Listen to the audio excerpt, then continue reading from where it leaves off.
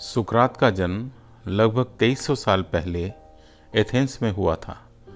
वह एक महान दार्शनिक थे और साथ में एक वीर सैनिक भी थे। उन्होंने ज्ञान को बहुत ही महत्व दिया और उनके पढ़ाने का तरीका भी प्रश्न और उत्तर के ऊपर निर्धारित था, लेकिन कभी कभी वो व्यवहारिक ज्ञान भी दे दिया करते थे। ये जो कहानी हम आपके सामने प्रस्तुत करने जा रहे हैं, ये कुछ उसी प्रकार के व्यवहारिक ज्ञान के ऊपर है। सफलता कैसे प्राप्त होती है, इसको बहुत ही अच्छे तरीके से समझाया गया है।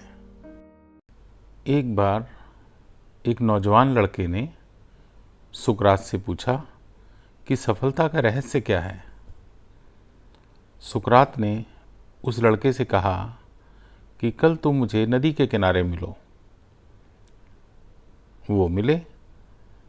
फिर सुकरात ने नौजवान से उनके साथ नदी की तरफ बढ़ने को कहा, और जब आगे बढ़ते बढ़ते पानी गले तक पहुंच गया, तभी अचानक सुकरात ने उस लड़के का सर पकड़कर पानी में डुबो दिया।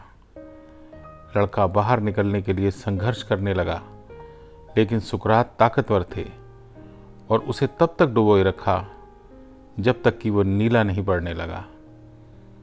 फिर सुकरात ने उसका सर पानी से बाहर निकाल दिया, और बाहर निकलते ही जो चीज़ उस लड़के ने सबसे पहले की वो थी हाँफते हाँफते तेजी से सांस लेना। सुकरात ने पूछा, जब तुम वहाँ थे तो तुम सबसे ज़्यादा क्या चाहते थे? लड़के ने उत्तर दिया, सांस लेना। सुकरात ने कहा, यही सफलता का रहस्य है। जब तुम सफलता को उतनी ही बुरी तरह से चाहोगे जितना कि तुम एक सांस के लिए व्याकुल थे, तो वो तुम्हें मिल जाएगी। इसके अलावा सफलता का कोई रहस्य नहीं है।